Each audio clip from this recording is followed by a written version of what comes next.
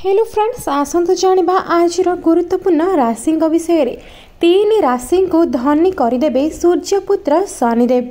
हाँ फ्रेंड्स, आउ मात्र 15 दिन बाकी नुआ वर्ष रे 3 राशि उपरे शत्रु शनिकर नजर। माटी छुईले पालटिब सुना। वैदिक ज्योतिष अनुଯାयी जेकोसी ग्रह एक निर्दिष्ट समय पर जेकोसी राशि चिन्ह रे रही थांती। समस्त 9टी ग्रह समय समय रे राशि चिन्ह एवं नक्षत्र परिवर्तन करती।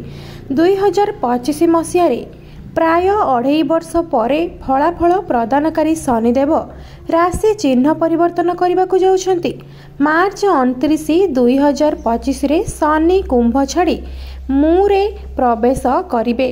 एही वर्ष शनि ग्रह द्वारा शुभ फलाफल 3टी राशिर लोकंक पई उपलब्ध हेबो।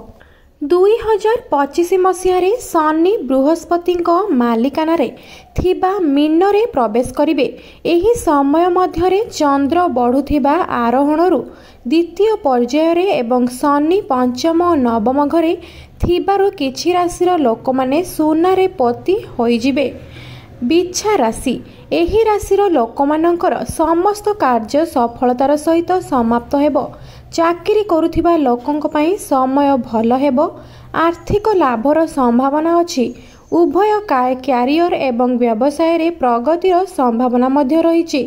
बिच्छा राशि आपणक परिवार सदस्यंक ठारू संपूर्ण समर्थन पाइबे।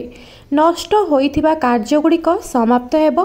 कठिन परिश्रमर फल पाइबाकू सक्षम हेबे। परवर्ती राशि रही तुला राशि।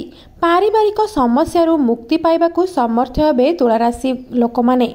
ऋणरू मुक्ति पाइबे। समय भल हेबो। समस्त कार्य रे सफलता हासिल करिबो। आपणक घर किंबा कार किनिबाकू चिंता करि पारंती।